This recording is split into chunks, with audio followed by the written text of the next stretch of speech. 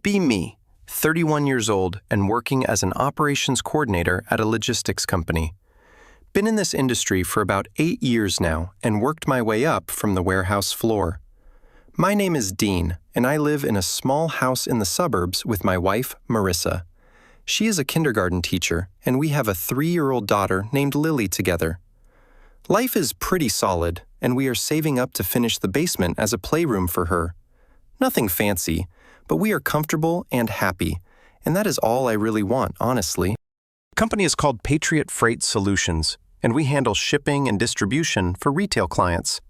About 350 employees total, split between warehouse workers and drivers, and office staff and management. Been working here for 6 years now, after bouncing around a few other logistics companies before. Currently, I coordinate scheduling and dispatch for about 40 drivers covering the eastern regional routes. The work is stressful during peak seasons, but I enjoy the problem-solving aspect of it a lot. Pays decently, and the benefits are good, and most importantly, the hours are predictable for family life. My team in the operations office is a solid group of people who work well together. Got my buddy Chester, who is 38 and handles the western routes with about 15 years' experience. There is also Dominic, who is 29 and manages inventory coordination between our 3 warehouse locations. On the admin side, we have Rosalie, who is 44 and basically runs the entire office behind the scenes. Also have a newer guy named Mitchell, who is 26 and still learning but has a good attitude. We help each other out when things get crazy and cover shifts when someone has a family emergency. Our department head is a woman named Gloria, who has been running operations for about 12 years. She is in her late 50s and knows this business better than anyone else in the building. Honestly, very fair manager who judges people based on their work ethic and results, not anything else. She fought her way up in a male-dominated industry and earned respect the hard way through competence. Never heard her complain about gender stuff because she was too busy actually getting things done. The kind of boss who brings donuts on Fridays and remembers everyone's kids' names and birthdays. The company overall has a pretty traditional blue-collar culture that I have always appreciated here. People work hard and help each other out and do not get caught up in political nonsense. The owner is a guy named Harold Brennan, who started the company 30 years ago with 1 truck. He is in his 60s now and still comes to the warehouse floor to talk to workers sometimes. Treats everyone with respect, regardless of their position, and pays fairly and promotes based on merit. The kind of old-school businessman who believes a handshake means something and your word is your bond. January rolls around and we get an announcement that the company is making some changes to HR. Harold has been pressured by the board to modernize our human resources practices and policies. Apparently, some investors think we need to update our image to attract younger talent to the company. The current HR director, named Betty, is retiring after 25 years and being replaced externally. We will meet the new HR director at the all-hands meeting scheduled for the end of the month. Most of us are not too worried because HR does not affect day-to-day operations very much usually. January 28th arrives, and the all-hands meeting is held in the big warehouse space with chairs set up. Harold takes the stage and introduces the new HR director with obvious discomfort in his body language. Her name is Vivian Hartwell, and she comes from some corporate consulting background in the city. First impression is very polished and very intense, with an energy that feels out of place here. She is in her mid-40s with perfectly styled blonde hair and designer clothes that cost more than my car. Wears a blazer with some kind of feminist symbol pin on it that I do not recognize immediately. Her LinkedIn profile, which I check later, shows credentials in equity-centered organizational transformation consulting. Vivian takes the microphone and thanks Harold for the introduction with a smile that seems rehearsed. Says she is thrilled to join Patriot Freight Solutions and help us evolve into a modern workplace. Talks about how logistics has historically been a boys' club that has excluded women from opportunity. Says her mission is to create an environment where everyone can thrive, regardless of gender identity. announces she will be conducting a comprehensive equity audit over the next 60 days to assess our culture, promises changes that will make us an industry leader in workplace fairness and inclusion practices. I look over at Chester, and he has one eyebrow raised in that skeptical way he does. Dominic is checking his phone under the table, clearly not paying attention to the presentation. Rosalie is listening politely, but I can see tension in her shoulders from where I am sitting. Gloria is standing in the back with her arms crossed and her expression completely unreadable. The warehouse guys in the back are just waiting for this to end so they can get back to work. Most people here just want to do their jobs and go home to their families at the end of the day. The first month under Vivian is relatively quiet as she conducts her audit and interviews people. She meets with employees from every department, asking questions about their experiences at the company. I have my interview, and she asks me if I have ever witnessed gender-based discrimination at work. I tell her honestly that I have not, and that Gloria is one of the best bosses I have ever had. She frowns slightly and writes something in her notebook, like my answer disappointed her somehow. Asks if I have ever considered how my male privilege might blind me to the experiences of women. I tell her I just try to treat everyone with respect and judge people by their work ethic. She thanks me for my time with that same rehearsed smile and says I can return to my duties now. The audit results come out in early March, and Vivian presents them at another all-hands meeting, stands at the front with a PowerPoint presentation that looks like it cost a fortune to design. Title slide reads, Patriot Freight Solutions Equity Assessment Findings and Recommendations for Change. She clicks through slides showing statistics about gender representation at various levels of the company, points out that 73% of our workforce is male, which she describes as evidence of systemic barriers, points out that 81% of our management positions are held by men, which she calls deeply problematic, does not mention that most of our jobs involve physical labor that fewer women typically apply for, does not mention that Gloria literally runs the entire operations department and reports directly to Harold. The recommendation section is where things start to get concerning for those of us paying attention. She proposes mandatory unconscious bias training for all employees, starting with men in leadership positions. She proposes a new hiring policy that prioritizes women candidates for any position until we reach parity. She proposes salary adjustments to close what she calls the hidden gender pay gap in our compensation. And then she gets to the recommendation that makes my stomach drop through the floor immediately. She proposes something called equity hours as a way to address historical workplace imbalances directly. Vivian explains the concept with obvious enthusiasm, like she is unveiling a brilliant innovation. Men at the company have benefited from systemic advantages throughout their careers.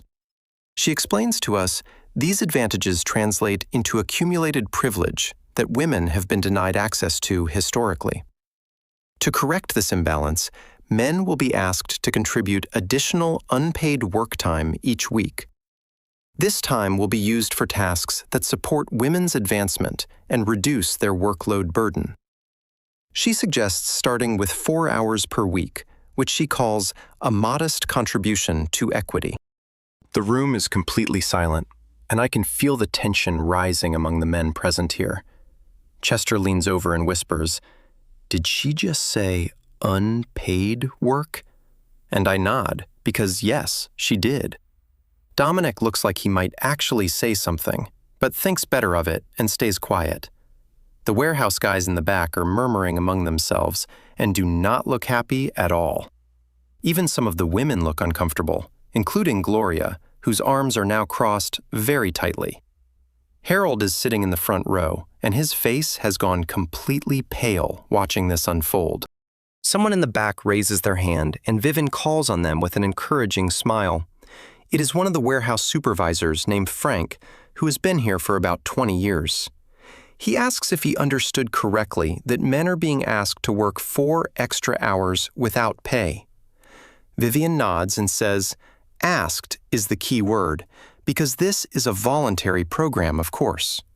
but she adds that participation will be tracked and factored into performance reviews and promotion decisions, and non-participation may be viewed as resistance to equity, which could affect standing at the company.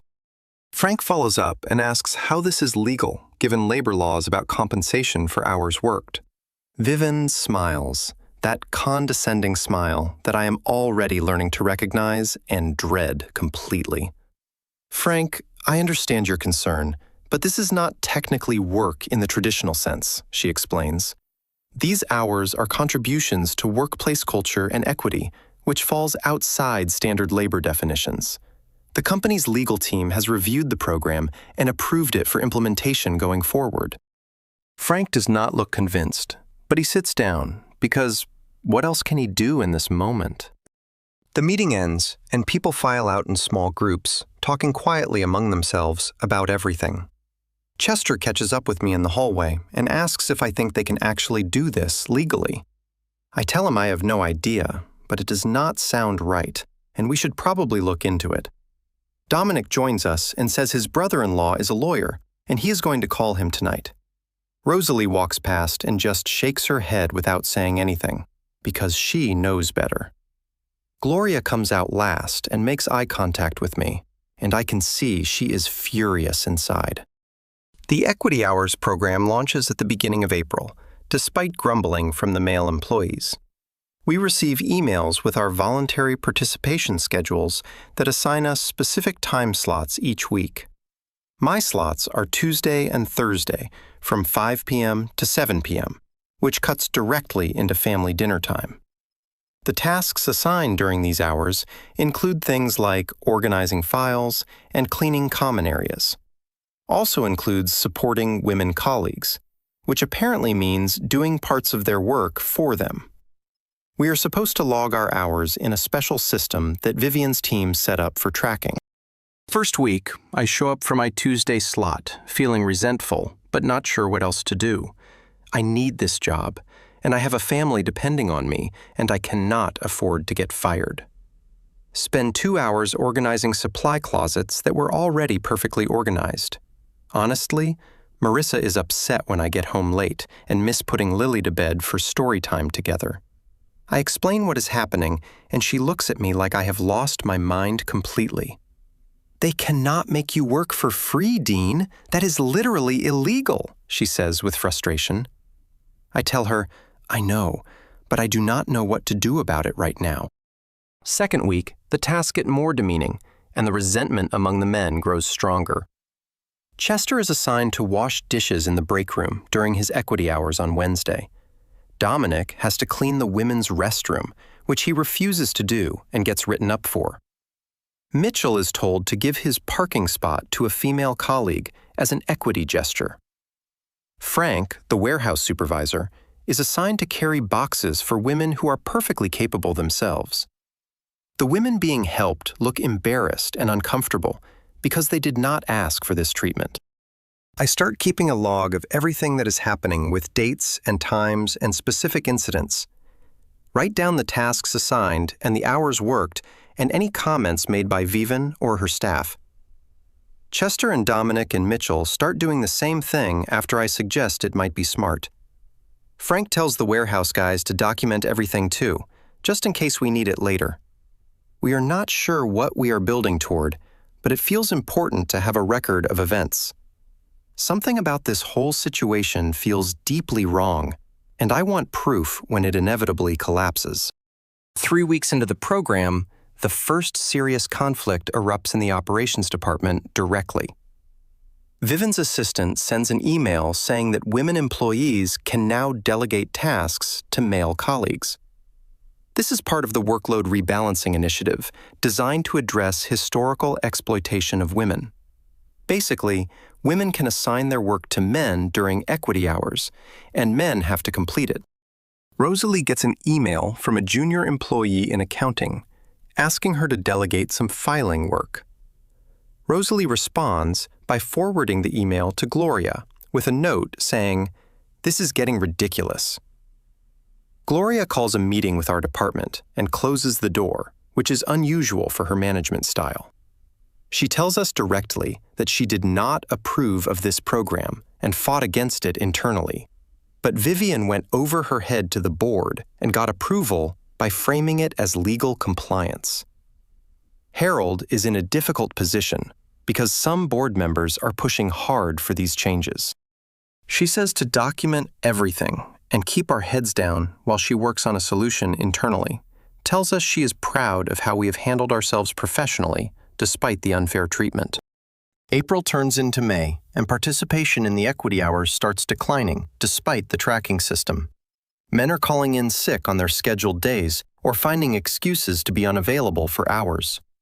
The resentment has turned into passive resistance as people figure out ways to avoid compliance. Vivian responds by announcing that non-participation will now result in formal disciplinary action. 3 warehouse workers get written up in the same week for failing to meet equity commitments. One of them, a guy named Jerome, who has been here for 12 years, threatens to quit on the spot. That night, I call my cousin Raymond, who works in employment law at a firm in the city. Explain the situation to him in detail and read him excerpts from my documentation log. He is silent for a long moment and then asks me to repeat the part about unpaid hours. I repeat it and include the part about mandatory participation and performance review consequences. He lets out a low whistle and says, "Dean, they are violating about 6 different labor laws here." Asks if I can send him copies of the emails and policy documents and my documentation so far. I spend the weekend compiling everything and sending it to Raymond in a secure file transfer. He reviews it over the next few days and calls me back with a preliminary assessment of the situation. Says this is one of the clearest cases of labor law violation he has seen in years. Honestly, the unpaid work requirement alone is a violation of the Fair Labor Standards Act, without question. The gender-based targeting adds potential Title VII implications for discrimination in employment practices. And the coercive elements around performance reviews could constitute constructive hostile work environment. Raymond asks if I would be willing to pursue legal action and possibly represent other employees too. Says he knows a firm that specializes in employment class actions, and they would likely take this case. I tell him I need to think about it, because I am worried about retaliation and losing my job. He says retaliation for reporting labor violations is itself illegal and would strengthen the case further. Tells me to talk to my coworkers and see how many people would be willing to join as plaintiffs. The more people involved, the stronger the case, and the harder it is for the company to retaliate. I spend the next week quietly talking to the other men who have been affected by the program. Chester is immediately on board and says he has been waiting for someone to do something about this. Dominic says his brother-in-law, the lawyer, told him the same thing, and he is ready to join. Mitchell is nervous because he is younger and worried about being blacklisted in the industry forever. Frank talks to the warehouse guys and comes back saying 14 of them want to be part of it. Even Jerome, who almost quit, agrees to stay long enough to be part of the legal action. We set up a meeting with Raymond and his colleague Denise, who specializes in employment class actions. They review all of our documentation and interview each of us about our experiences with the program. Denise says she has rarely seen a case this well documented and thanks us for being so thorough. Explains that they will file a complaint with the Department of Labor first to establish the violations. Then they will file a civil lawsuit seeking back pay for all unpaid hours worked, plus damages. And they will request an injunction to immediately halt the Equity Hours program pending resolution. The complaint is filed in early June, and we are told to continue documenting, but otherwise act normal. Do not tell anyone outside our group about the legal action until the company is formally notified. Do not do anything that could be seen as insubordination, or give them cause to terminate us early. Continue showing up for equity hours if required, but document every minute worked and every task assigned. The lawyers say the company will likely receive notice within 2 to 3 weeks of filing.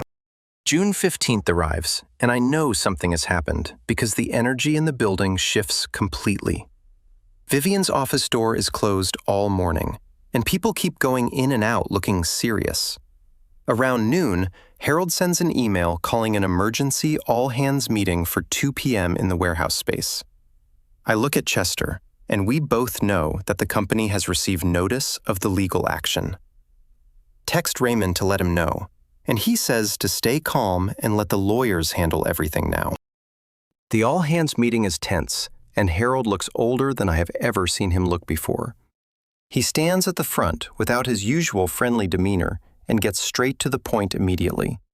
Says the company has received notice of a legal complaint filed by employees regarding recent HR policies. Says he takes these allegations very seriously, and an internal investigation is being launched immediately.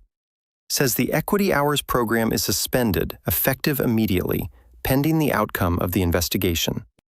Vivian is sitting in the front row, and her face has gone completely white, like she might faint.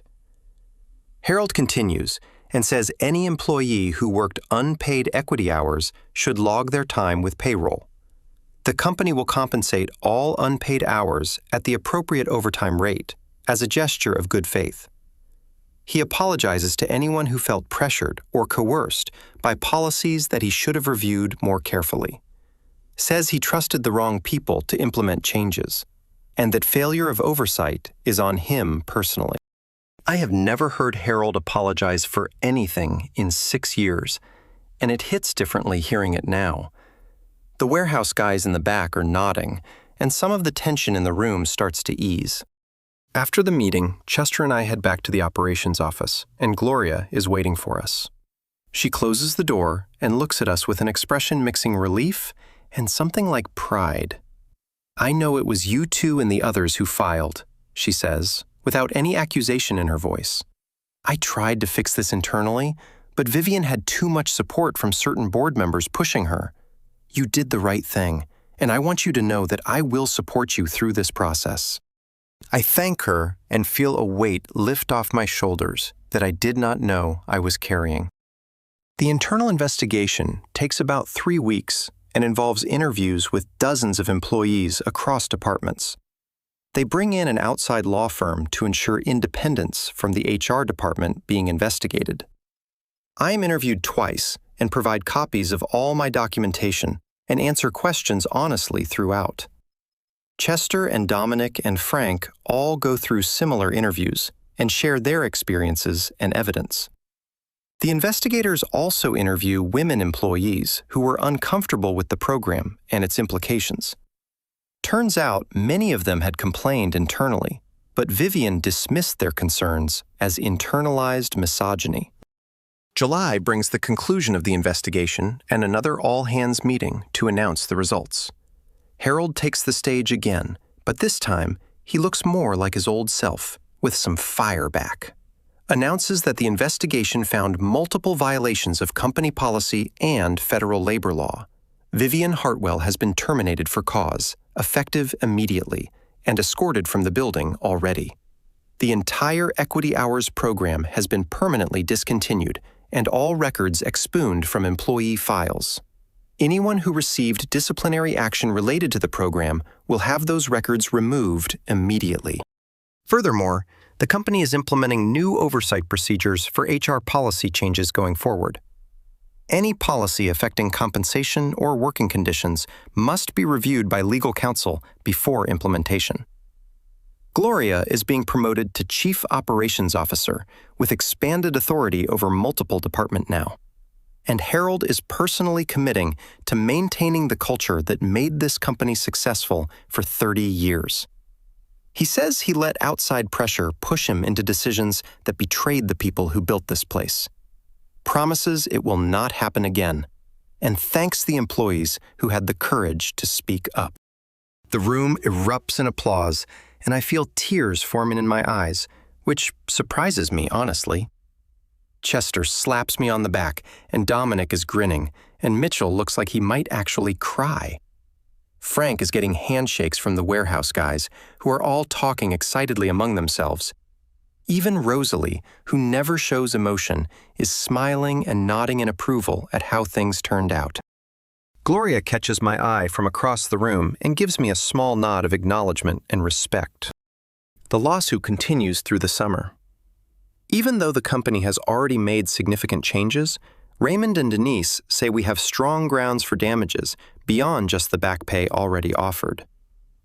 The company's insurance carrier gets involved and pushes for settlement to avoid a costly trial process. Negotiations go back and forth for several weeks, with offers and counteroffers between the legal teams. In September, we reach a settlement that includes significant compensation for all plaintiffs involved. I cannot disclose the exact amount, but it is enough to finish my basement and then some. Honestly, the settlement also requires the company to implement specific policy changes and training programs going forward. An independent monitor will review HR practices annually for the next 3 years to ensure compliance, and a portion of the settlement goes toward establishing an employee advocacy fund for future issues. Raymond says it is one of the better outcomes he has seen in these cases without going to trial. Denise says our documentation made all the difference, and she may use it as a training example. October rolls around, and life has mostly returned to normal at Patriot Freight Solutions. Finally, the new HR director is a guy named Arthur, who has 30 years of experience in the industry. He focuses on boring stuff, like benefits administration and compliance training and workplace safety. No manifestos about dismantling anything, and no programs designed to punish people for their gender.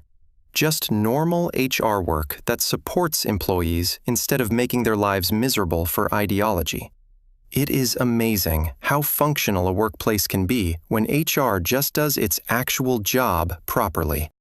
I get a promotion to Senior Operations Coordinator in November with a nice raise attached to it. Harold tells me personally that he respects what I did and that it took guts to speak up. Says too many people just keep their heads down and let bad things happen around them. Says I showed leadership and integrity, and those are qualities he wants to cultivate in this company. I thank him and tell him I was just trying to protect my family and my coworkers honestly. He nods and says that is exactly what leadership is about.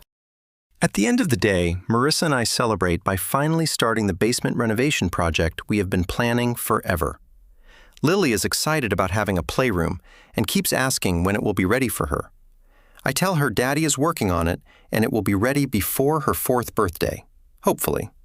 She makes me pinky promise, which is the most serious form of commitment in her worldview. I pinky promise and know that I will do whatever it takes to keep that promise to her. This is what I was fighting for all along, and it makes everything worth it completely. December arrives, and I am scrolling LinkedIn when I see a post that makes me laugh out loud. Vivian has landed a new job as Director of Workplace Equity at some tech startup in California. Her announcement post talks about bringing her transformational expertise to a new organization ready for change. Says she is excited to continue her important work of dismantling systemic barriers in corporate environments. The comments are full of congratulations from people in her network who have no idea what she actually did. She has completely reframed her termination as moving on to new opportunities, with no hint of accountability.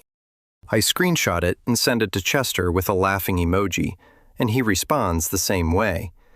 Some people never learn and never face real consequences for the damage they cause to others. She will probably do the same thing at this new company and eventually get pushed out again. Then she will land somewhere else and the cycle will repeat, because people like her always fail upward. But that is not my problem anymore, and I refuse to spend energy worrying about her future. I have a family and a job and a basement to finish, and those are my priorities now. Show the screenshot to Marissa that night, and she shakes her head in disbelief at the audacity. How do people like that keep getting hired? She asks, with genuine confusion in her voice. I tell her it is because they are good at talking and terrible at actually doing anything useful. They know all the right buzzwords and can impress people who do not know better about these things. Eventually, reality catches up with them, but by then they have usually moved on to the next victim. It is frustrating, but you cannot fix everyone. And sometimes, you just have to protect your own. Christmas comes, and we host Marissa's parents and my mom at our house for dinner together. Lily is excited about presents and cookies and completely unaware of what her dad went through this year. I watch her playing with her new toys and feel grateful that I stood up for what was right. If I had just kept my head down and accepted the unpaid work, I would still be doing it. Or I would have quit, and we would be struggling financially while I looked for a new job. Instead, I fought back and won, and my family is better off because I took that risk. My mom pulls me aside after dinner and says she is proud of me for what I did. She heard about it from my cousin Raymond, who could not resist telling the family about the case. She says my dad would have been proud too, and that means more to me than I can express. He worked in a factory for 40 years and always said that working people deserve respect and dignity. He taught me that you do not let anyone take advantage of you just because they have power. I think about him a lot and try to live up to the example he set for me. January rolls around again, and it has been exactly 1 year since Vivian first arrived at the company. I sit at my desk and think about how much has changed in just 12 months' time. We went from a normal, functional workplace to chaos and back to normal again somehow. People got hurt along the way, and some good employees quit before the resolution happened. But we also proved that ordinary workers can fight back against injustice and actually win. That matters, and I hope the story spreads and encourages other people in similar situations. Get a message from Frank saying one of the warehouse guys, Jerome, is celebrating 5 years sober today. They are having a small gathering in the break room and want me to come say a few words. I head down and see Jerome surrounded by his coworkers, who are all clapping and congratulating him. He sees me and walks over and shakes my hand firmly and thanks me for what I did. Says he almost quit during the equity hours mess, and if he had, he might have relapsed. Staying and fighting gave him purpose, and being part of the lawsuit made him feel like he mattered. I tell Jerome that he matters, and that his courage in joining the lawsuit made a difference. Every person who signed on made the case stronger and sent a message that we would not be pushed around. He nods and says he never thought of himself as brave, but maybe he can start now. We eat cake, and I watch these guys who I am proud to call my coworkers and friends. Blue-collar workers who just want to do their jobs and support their families and be treated fairly. They are the backbone of this country, and they deserve so much better than what Vivian tried to do. Walk back to my office, and Gloria stops me in the hallway with a rare smile on her face. "Dean, I just got word that our department won the Company Performance Award for last quarter," she says. "We had the highest efficiency ratings and lowest error rates in the entire Eastern Regional Division." I congratulate her, and she waves it off and says it is because of the team, not her management. But we both know that her leadership and protection during the difficult months made all the difference. She fought for us internally when we did not even know she was fighting, and I will never forget that. Text Marissa the good news, and she responds with a string of heart emojis and congratulations. Tells me Lily made a drawing at daycare today, and it is of Daddy at work being a superhero. I ask her to send a picture, and she does, and it makes me tear up at my desk. Lily drew me with a cape flying over a building that I assume is supposed to be the warehouse. In her mind, her daddy goes to work and does superhero things and comes home for story time. I want to live up to that image she has of me for as long as I possibly can. Print out the drawing and tape it to the wall next to my desk where I can see it. Every time I look at it, I remember why I did what I did and why it was worth the risk. Not for money or recognition or even justice in some abstract sense, though those things matter too. I did it for her, and for Marissa, and for the other guys who have families depending on them. We deserve to be treated with dignity and compensated fairly for our work, and nothing less. And when someone tried to take that from us, we stood up and said no. And we won. My face when the feminist HR director thought she could make us work for free and get away with it. And the lawyers showed her exactly why. That was the worst decision she ever made professionally. Sometimes the system actually works, if you know how to use it and have the courage to try. Document everything and find good lawyers, and stick together and do not let them intimidate you. The people who try to exploit workers usually rely on us being too scared or tired to fight back. Show them that we are not, and watch how fast their confidence disappears when consequences arrive. Life is good now, and I am grateful for everyone who helped us get through that difficult year. Marissa for supporting me when I came home frustrated and angry and unsure of what to do. Raymond and Denise for taking our case seriously and fighting for us in ways we could not ourselves. Chester and Dominic and Frank and all the others who documented and testified and refused to back down. Gloria for protecting us internally and fighting battles we did not even know were happening on our behalf. And Harold for eventually doing the right thing, even though it took him too long to see the truth. Ending this story the same way I end every day now, which is with gratitude and hope. Grateful for my family and my job and my coworkers and the basement playroom that is almost finished. Hopeful that other workers in bad situations will find the courage to stand up for themselves too. You do not have to accept being treated unfairly just because someone in power says you should. There are laws and lawyers and systems designed to protect you if you are willing to use them. All you have to do is document everything and find the right people and refuse to give up. Happy ending for everyone except Vivian, who is probably already making her new coworkers miserable somewhere. But like I said, that is not my problem. And I am done thinking about her forever now. Time to go home and have dinner with my family and read Lily her bedtime story. She wants the one about the brave knight who protects the village from the mean dragon again.